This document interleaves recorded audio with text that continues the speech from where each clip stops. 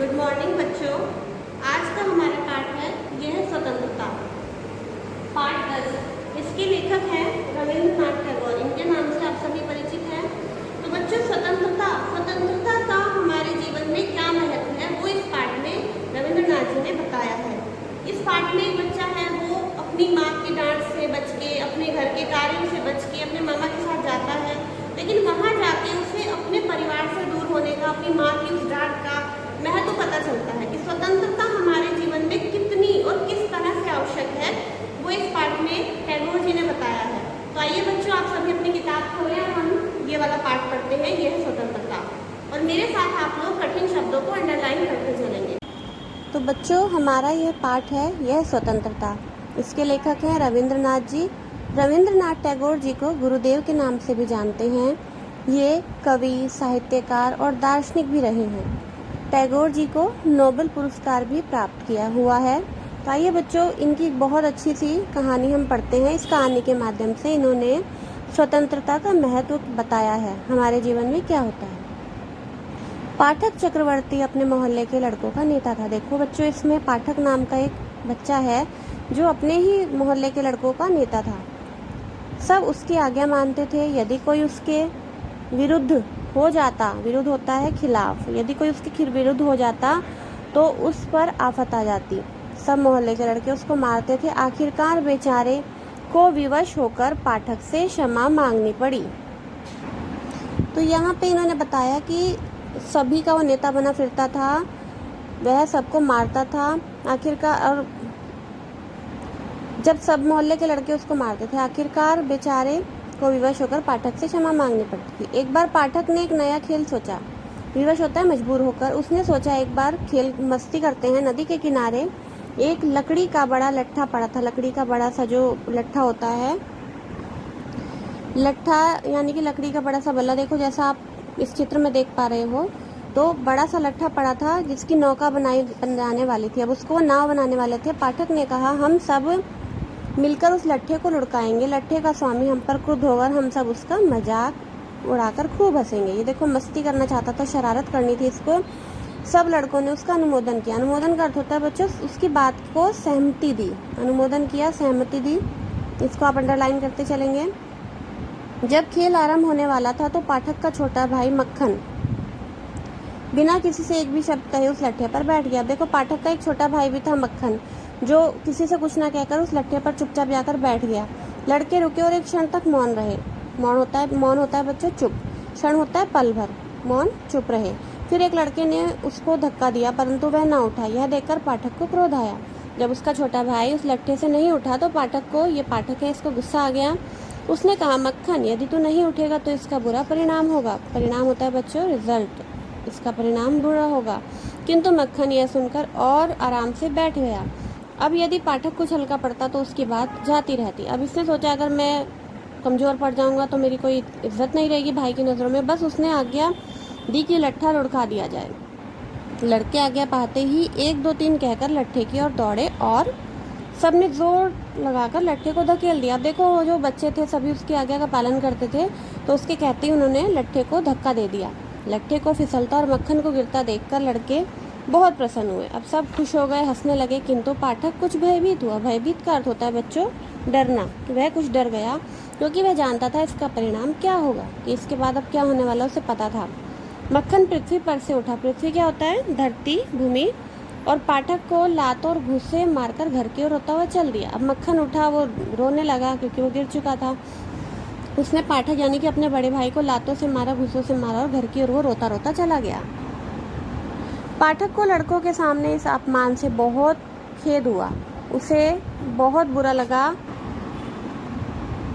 पाठक को लड़कों के सामने इस अपमान से बहुत खेद हुआ, दुख हुआ, उसे बुरा लगा। वह नदी किनारे मुंह हाथ धोकर बैठ गया और घास तोड़ तोड़ कर चबाने लगा। उसे गुस्सा आ रहा था, दुख भी हो रहा था कि उसी के दोस्तों के आगे उसके भाई ने उसको मारा, उसका अपमान किया। इतने में एक नौका वहां पर आई जिसमें एक अधेड़ आयु का व्यक्ति बैठा था। अधेड़ होता है बच्चों, ना जवान है ना बुजुर्ग है, मतलब बीच की उम्र के व्यक्ति थे। उस व्यक्ति ने पाठक के समीप आकर पूछा, पाठक चक्रवर्ती कहाँ रहता है? वो व्यक्ति नाव से उतरे। उन्होंने पाठक के पास आकर ही पूछा कि पाठक चक्रवर्ती कहाँ रहता है? पाठक ने उपेक्षा भाव से बिना किसी की ओर संकेत किए कहा वहाँ। अब उसने वो लापरवाही दिखाई, अनदेखा किया उन्हें। उपेक्षा मतलब लापरवाही दिखाना। पाठक ने उपेक्षा भाव से बिना किसी की ओर संकेत किए कहा वहाँ, और फिर घास चबाने लगा। उस व्यक्ति ने पूछा कहाँ? अब उस व्यक्ति ने फिर से पूछा कहाँ? पाठक ने अपने पाँव फैलाते हुए उपेक्षा से उत्तर दिया मुझे नहीं मालूम। उसने फिर से उनका मतलब नज़रअंदाज किया, उनको उपेक्षा की, मुझे नहीं मालूम। इतने में उसके घर का नौकर आया और उसने उससे कहा पाठक तुम्हारी माँ तुम्हें बुला रही है। पाठक ने जाने से इनकार किया, किंतु नौकर चूंकि मालकिन की ओर से आया था, इस वजह से वह उसको जबरदस्ती मारता हुआ ले गया। अब देखिए, पाठक की माँ ने पाठक को बुलाया, नौकर बुलाने आया। नौकर ने उन्हें संदेशा दिया कि उनकी माँ उन्हें बुला रही, लेकिन पाठक नहीं गया, तो वो उसे ज़बरदस्ती मारता मारता लेकर गया अपने साथ। पाठक जब घर आया तो उसकी माँ ने क्रोध में आकर पूछा तूने मक्खन को फिर मारा? पाठक ने उत्तर दिया नहीं तो, तुमसे किसने कहा?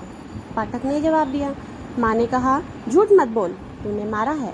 पाठक ने फिर उत्तर दिया नहीं, यह बिल्कुल असत्य है, तुम मक्खन से पूछो। तो देखो यहाँ पर माँ ने पाठक से पूछा तो पाठक ने झूठ बोल दिया, तो पाठक ने बोला आप मक्खन से पूछो, मैंने उसको नहीं मारा है। मक्खन चूंकि कह चुका था कि मुझे मारा, इसलिए अपने शब्द कायम रखे और दोबारा फिर वही कहा हाँ तुमने मारा है। मक्खन ने फिर से बोला कि तुमने मारा, झूठ बोल दिया।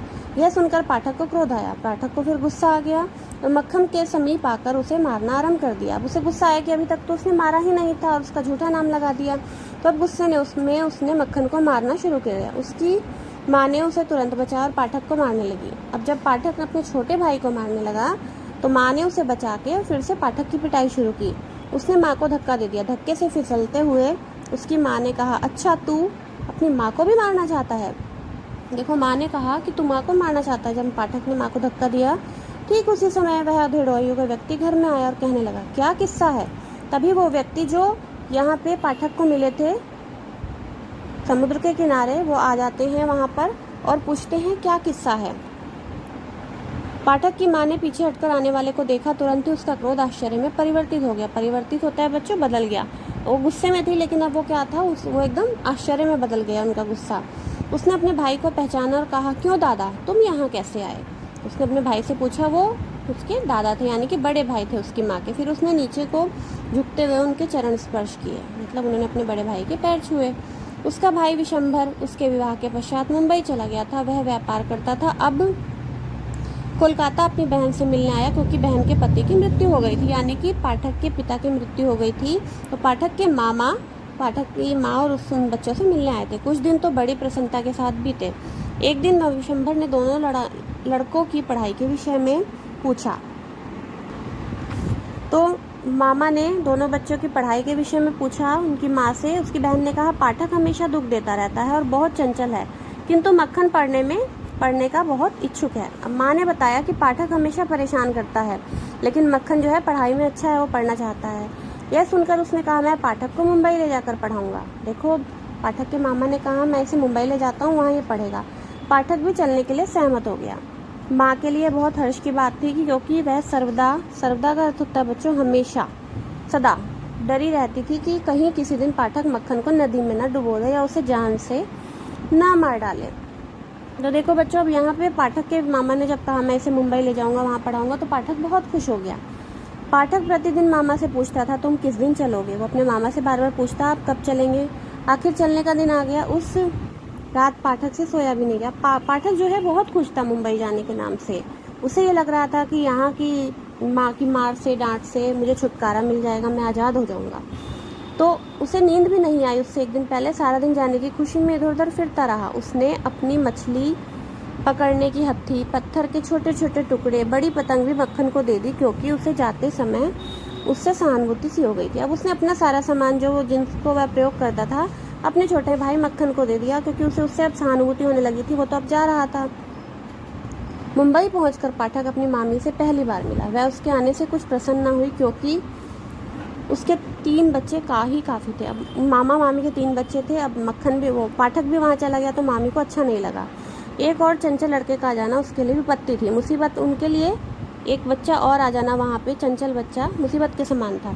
ऐसे लड़के के लिए उसका अपना घर ही स्वर्ग होता है। उसके लिए एक नए घर में लोगों के साथ रहना बहुत कठिन हो गया। अब देखो पाठक को यहाँ पर सांस लेना कठिन हो रहा था। देखो यहाँ पर पहले ही 3 बच्चे, मामा मामी, और फिर मामी भी उसको पसंद नहीं करती थी। अब उसको अपना घर याद आने लगा। यहाँ रहना उसको मुश्किल हो रहा था। कठिन का अर्थ होता मुश्किल। वह रात को अपने नगर में स्वप्न देखा करता और अपने नगर के स्वप्न देखा करता और वहाँ जाने की इच्छा करता रहता। जब रात को वो सोने जाता तो सपने देखता कि मैं अपने घर वापस जाऊँगा। उसको वह स्थान याद आता जहाँ वह पतंग उड़ाता था और जहाँ वह जब कभी चाहता जाकर स्नान करता था। अब वो उसे अपनी वही पुरानी जगह याद आती जहाँ वो खेलता था, पतंग उड़ाता था, स्नान करता था। माँ का ध्यान उसे दिन रात विकल करता रहता। विकल का अर्थ होता है बच्चों बेचैन करता रहता। माँ का ध्यान उसे बेचैन करता रहता। उसकी सारी शक्ति समाप्त हो गई। अब स्कूल में उससे अधिक कमजोर कोई विद्यार्थी न था। अब देखो वो पढ़ाई में भी बहुत कमजोर था। जब कभी उसका अध्यापक उससे कोई प्रश्न करता तो वह मौन खड़ा हो जाता और चुपचाप अध्यापक की मार सहन करता। अब देखो ये बच्चा दिमाग से बिल्कुल परेशान रहने लगा था, क्योंकि उसे यहाँ की ज़िंदगी अच्छी नहीं लग रही थी। उसे अपना घर परिवार, अपने रहने के तरीका, खेलना, दोस्त, अपने माँ भाई वगैरह याद आने लगे थे, तो वो परेशान रहता था। अध्यापक उससे कुछ पूछते, वो जवाब नहीं देता, मार खाता था चुपचाप। जब दूसरे लड़के खेलते वह अलग खड़ा होकर घरों की छतों को देखता। जब और बच्चे खेलते थे तो वो अपने घर को याद करके अकेला खड़ा रहता था। एक दिन उसने बहुत साहस करके अपने मामा से मालूम किया, मामा जी मैं कब तक घर जाऊंगा। मामा ने जवाब दिया, ठहरो जब तक कि छुट्टियां ना हो जाए, मतलब जब तक छुट्टी नहीं हो जाती तब तक नहीं जाओगे। किंतु छुट्टियों में अभी बहुत दिन शेष थे, इसलिए उसको काफ़ी प्रतीक्षा करनी पड़ी। इस बीच में एक दिन उसने अपनी किताब खो दी। एक दिन उसकी किताब खो गई। अब उसको अपना पाठ याद करना बहुत कठिन हो गया। प्रतिदिन उसका अध्यापक उसे बड़ी निर्दयता के साथ मारता था। अब उसने अपनी किताब खो दी बच्चों। पाठक ने अपनी किताब खो दी। अब वो जवाब नहीं दे पाता था। जो भी कार्य उनको अध्यापक देते थे उसको करने को, तो बहुत बेरहमी से उसके अध्यापक उसकी पिटाई करते थे। उसकी दशा इतनी खराब हो गई कि मामा के बेटे उसे अपना कहते हुए शर्माते थे। पाठक मामी के पास गया और कहने लगा, मैं स्कूल न जाऊंगा, मेरी पुस्तक खो गई है। उसने अपनी मामी से कहा, मेरी पुस्तक खो गई, मैं नहीं जाऊंगा। मामी ने क्रोध से अपने होठों को चबाते हुए कहा, दुष्ट, मैं तुमको कहाँ से महीने में 5 बार पुस्तक खरीद कर दूं। अचानक पाठक के सिर में दर्द उठा और उसे ज्वर हो गया। ज्वर का अर्थ होता है बच्चों बुखार। उसे बुखार हो गया सिर दर्द के साथ। उसे लगा बीमार होने के पश्चात वह घर वालों के लिए विपत्ति न बन जाए। विपत्ति का अर्थ होता है बच्चों मुसीबत। उसे ऐसा लगा कि ये मुसीबत न बन जाए। दूसरे दिन प्रातः पाठक कहीं भी दिखाई नहीं दिया। उसे चारों तरफ खोजा गया किंतु वह ना मिला। वर्षा बहुत अधिक हो रही थी और वे व्यक्ति जो उसे खोजने गए बिल्कुल भीग गए। आखिरकार विशंभर ने पुलिस को सूचना दे दी। जो उसे ढूंढ रहे थे जो लोग, वो भी उसे ढूंढते रहे पर वो नहीं मिला। फिर उसके मामा ने, पुलिस ने सूचना दी कि उनका पाठक खो गया है। मध्याह्न पुलिस का सिपाही विशंभर के द्वार पर आया। वर्षा अब भी हो रही थी और सड़कों पर पानी खड़ा था। मध्याह्न का अर्थ होता है बच्चों दोपहर का समय। दोपहर के समय पुलिस का सिपाही आया। 2 सिपाही पाठक को हाथों पर उठाए हुए लाए और विशंभर के सामने रख दिया। पाठक के सिर से पांव तक कीचड़ लगी हुई थी। उसकी आंखें ज्वर से लाल थी, ज्वर यानी कि बुखार से। विशंभर उसको घर के अंदर ले गया। जब उसकी पत्नी ने पाठक को देखा तो कहा, यह तुम क्या विपत्ति ले आए हो, अच्छा हो जो तुम इसको घर भिजवा दो। अब उसकी मामी भी उसको भी गुस्सा आ रहा था। वो चाहती थी कि चला जाए। पाठक ने शब्द सुनकर सिसकियां लेकर कहने लगा, मैं घर जा तो रहा था परंतु वे दोनों मुझे ज़बरदस्ती ले आए। अब ये बच्चा जब इसे बुखार हुआ, इसको लगा ये अपने मामा मामी के लिए मुसीबत ना बन जाए, अकेले ही अपने घर के लिए निकल गया था। ज्वर बहुत तीव्र हो गया। सारी रात वह अचेत पड़ा रहा। उसे बहुत तेज बुखार हो गया था और वह बेहोश पड़ा रहा। अचेत का अर्थ है बच्चों यहाँ पर बेहोश। विशंभर एक डॉक्टर को लाया। पाठक ने आंखें खोली और छत की ओर देखते हुए कहा, छुट्टियाँ आ गई हैं क्या। जब उसकी नींद खुली तो उसने देखा छत की तरफ, तो बोलने लगा छुट्टी हो गई है, क्योंकि वो घर पर था। विशंभर ने उसके आंसू पोंछे, उसका हाथ अपने हाथ में लेकर उसके सिरहाने बैठ गया। पाठक ने फिर बड़बड़ाना शुरू किया, माँ माँ मुझे इस प्रकार ना मारो, मैं सच सच बताता हूँ। देखो अब ये जो इसने शब्द कहे, छुट्टियाँ आ गई हैं क्या, माँ मुझे इस प्रकार ना मारो। अब बच्चा जो है वो पूरी तरह होश में नहीं था। वो बुखार में था बहुत ज़्यादा, उसकी तबीयत बिगड़ चुकी थी, इसलिए उसे अपनी माँ याद आ रही थी। माँ से की हुई बातें, वो ऐसा महसूस कर रहा था कि वो अपने घर पे है। दूसरे दिन पाठक को कुछ चेत हुआ। चेत का अर्थ होता है बच्चों होश में आना। थोड़ा सा होश आया। उसने कमरे में चहु का अर्थ होता है चारों ओर देखा। एक ठंडी सांस लेते हुए अपना सिर तकिए पर डाल दिया। ठंडी सांस लेने का अर्थ है बच्चों दुख से लंबी सांस लेना। मतलब दुखी था वो, उसने देखा वो वहीं पर है अभी। जब उसे होश आया और उसने फिर से अपने तकिए पर सिर रख दिया। विशंबर समझ गया और अपना मुख उसके समीप लाते हुए कहा, पाठक मैंने तुम्हारी माँ को बुलाया है। उसके मामा समझ गए अपनी माँ को याद कर रहा है, तो मामा ने कहा मैंने माँ को बुलाया है। पाठक फिर उसी प्रकार चिल्लाने लगा। कुछ घंटों के पश्चात उसकी माँ रोती हुई कमरे में आई। कुछ घंटों बाद उसकी माँ गई। विशंबर ने उसको मौन रहने के लिए कहा, किंतु वह न मानी और अपने आप को पाठक की चारपाई पर डाल दिया और चिल्लाते हुए कहने लगी, पाठक मेरे प्यारे पाठक। देखो माँ आ गई। माँ को बहुत दुख हुआ बच्चे की इस हालत को देखकर, तो बोली, पाठक मेरे प्यारे पाठक। पाठक की सांस कुछ समय के लिए रुकी, उसकी नाड़ी हल्की पड़े, उसने एक सिसकी ली। उसकी माँ फिर चिल्लाई, पाठक मेरी आंख के तारे, मेरे हृदय की कोयल। पाठक ने बहुत धीरे से अपना सिर दूसरी ओर किया और बिना किसी की ओर देखते हुए कहा, माँ क्या छुट्टियाँ आ गई हैं? इसका अर्थ था उसने जब अपनी माँ को अपने पास देखा उसे ऐसा लगा कि अब वो अपनी माँ के साथ चला जाएगा, तब इसलिए उसने अपनी माँ से पूछा, माँ क्या छुट्टियाँ आ गई हैं? क्योंकि उसके मामा ने कहा था कि छुट्टियों में वो अपनी माँ के पास जाएगा। तो बच्चों आपने देखा एक बच्चा अपनी माँ से, अपने रहने की जगह से, अपने भाई से परेशान होकर स्वतंत्र होना चाहता था, अपने मामा के साथ आ गया मुंबई। वहाँ का रहन सहन, उन लोगों के घर का माहौल, वहाँ के दोस्त उसके, तो वो वहाँ पर नहीं रह पाया। उसको वहाँ बहुत सारी कठिनाइयाँ आई, तो उसे अपने ही घर परिवार के लोग याद आने लगे, अपने रहने की खेलने की जगह, अपने दोस्त याद आने लगा। तो अब उसे समझ आया कि स्वतंत्रता का क्या महत्व है, क्योंकि वो स्वतंत्र होना चाहता था अपनी माँ की डांट से, अपने घर की जिम्मेदारियों से, लेकिन ये स्वतंत्रता किस काम की थी जो उसे खुद ही बिल्कुल ही परेशान हो गया था, जिसकी वजह से वो। तो स्वतंत्रता हमारे जीवन में ज़रूरी है, लेकिन अपने कर्तव्यों का निर्वाह करते हुए। एक सीमा तक ही स्वतंत्रता अच्छी लगती है।